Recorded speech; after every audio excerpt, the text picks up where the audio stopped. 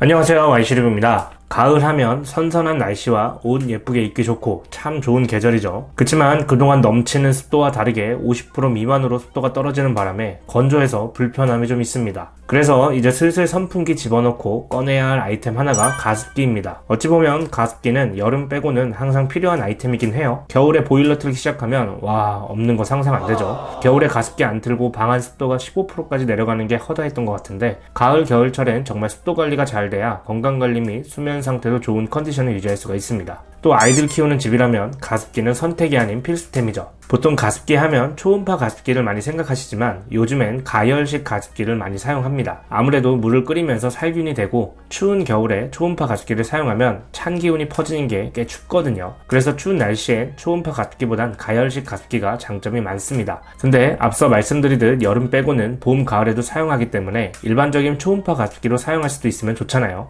제가 사용해본 이 제품은 복합식 가습기인데요. 초음파 가습과 가열식 가습을 모두 사용할 수 있는 제품이라 환경에 맞춰 사용할 수 있어서 좋더라고요. 오르테 가열 복합식 가습기입니다.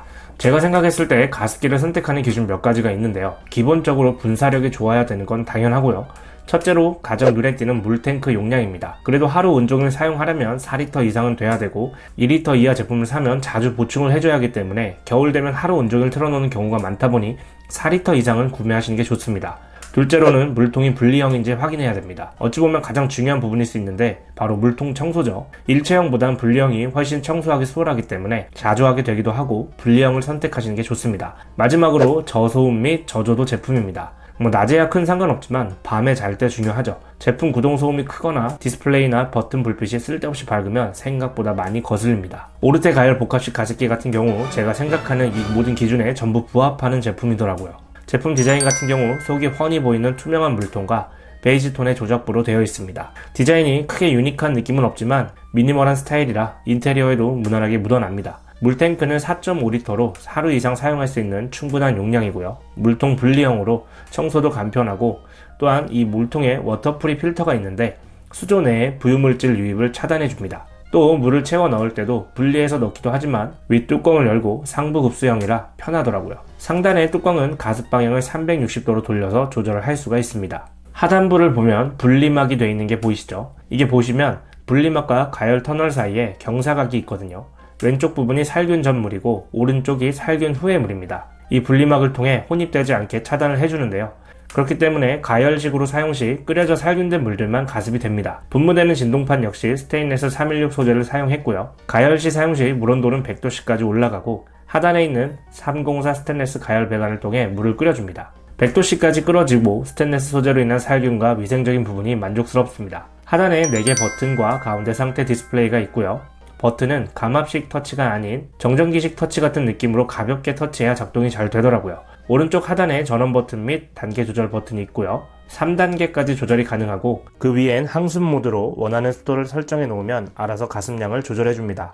보통 가을 겨울철에는 50% 정도 습도 유지가 좋기 때문에 50에서 55 정도 설정해 놓고 사용을 했습니다. 왼쪽 상단은 타이머로 1시간 단위로 설정을 할 수가 있고 기본 모드로 사용할 때는 초음파 가습 모드로 사용하는 거고요. 그 아래 버튼을 눌러주게 되면 가열식으로 사용이 가능합니다. 가열 시 약간 진하게 되면 오른쪽 하단이 살짝 뜨끈해지고 초음파처럼 차가운 기운이 아닌 살짝 따뜻한 느낌의 가습이 분사됩니다. 물이 100도씨까지 끓지만 실상 그 온도로 분사되면 큰일 나겠죠. 바로 화상각이잖아요. 분사 온도는 약 30에서 40도 정도라서 분사구 근처에 손을 대보면 따뜻한 느낌이 들고 초음파 가습 시보다는 확실히 찬기가 느껴지지 않아서 좋더라고요. 그리고 가장 아래에 숨겨서 잘 안 보이는데 트레이 하나가 있습니다. 뒤에는 공기 필터와 앞에 하얀 스펀지가 있는데 여기에 아로마 오일을 넣어서 사용할 수가 있습니다. 물이 있는 수조와 멀리 떨어져 있어서 물에는 섞일 걱정이 없이 아로마 향을 사용할 수가 있다는 게 좋더라고요. 이런 디테일 아주 칭찬해요. 개인적으로는 이런 향을 잘 사용하진 않지만 생각나는 게 예전에 사용해봤던 무인양품 아로마 오일 같은 게 좋은 향이 많더라고요. 아로마 잘 사용하시는 분들에게는 좋은 디테일인 것 같습니다. 가습기 실행 시 소음이 확실히 적습니다. 디스플레이 불빛도 적당해서 거슬리지 않고 작동 중인 걸 크게 인지하지 못할 만큼 소음이 적기 때문에 취침 시 사용할 때 좋았습니다. 가습 단계는 3단계로 구성되어 있는데 시간당 최대 450ml 가습량이고 분사되는 걸 보면 꽤 높고 멀리까지 가습이 되기 때문에 가습기 근처만 습도가 유지되는 것이 아니라 방 전체적으로 습도계를 들고 다니면서 확인해 봤는데 큰 오차 없이 비슷한 습도를 확인할 수가 있었습니다. 초음파 가습기일 때와 가열식일 때 가습량 차이가 확실히 있긴 하더라고요. 시간당 비교해보면 가열식이 초음파보다는 100에서 150ml 정도 가습량이 더 많습니다. 외출 후 집안이 심하게 건조할 때는 3단으로 해놓지만 적당히 습도가 올라오면 1, 2단으로 줄여서 사용을 하기 때문에 취침 시엔 3단으로 풀 사용해도 충분했고요. 조절 시에는 하루 온종일 사용해도 적당했던 것 같습니다.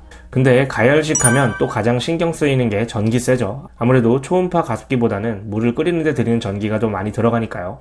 제품은 터널 집중 가열 방식으로 140W 저전력이고요. 하루 반나절 한 달 정도 사용한다 했을 때 5,000원이 조금 채 안 되기 때문에 이 정도면 취침 시에만 활용하기에도 큰 무리가 없습니다. 가을 겨울철 가습기는 선택이 아닌 필수템이라고 생각을 하고요. 방안이 건조하게 되면 기관지 쪽도 그렇지만 피부로 느껴지는 게 정말 아실 거예요. 곤욕입니다.